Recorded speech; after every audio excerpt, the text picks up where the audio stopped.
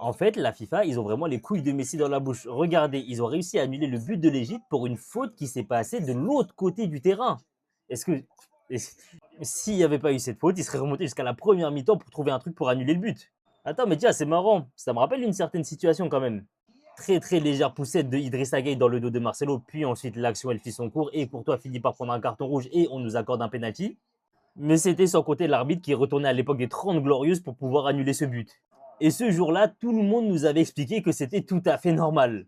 Ah, vous êtes coincés là, soit la VAR a eu raison dans les deux cas d'intervenir et d'annuler l'action, soit dans les deux cas c'était beaucoup trop tard pour qu'elle intervienne et l'action aurait dû continuer.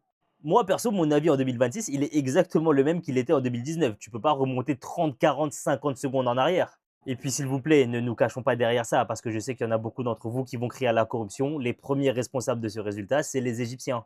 Et je ne vais pas vous dire que ça me fait plaisir, mais de manière quasiment prophétique, le but qui condamne l'Égypte, il part d'une paire de balles de Mohamed Salah. Ce soir, l'Égypte s'est inclinée face à l'Argentine. Le plus grave, c'est pas le score, c'est pas l'élimination, c'est comment est-ce qu'ils se sont fait éliminer.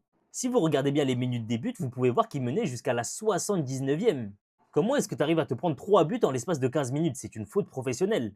Après, de base, c'était un petit peu une anomalie que l'Égypte mène pendant aussi longtemps. Parce que je vous rappelle que l'Égypte, sur cette Coupe du Monde, c'est très très médiocre. Si on regarde le parcours de l'Égypte pendant cette Coupe du Monde, on peut voir qu'ils ont affronté la Belgique, puis la merde. La Nouvelle-Zélande, ils ont gagné, puis la merde.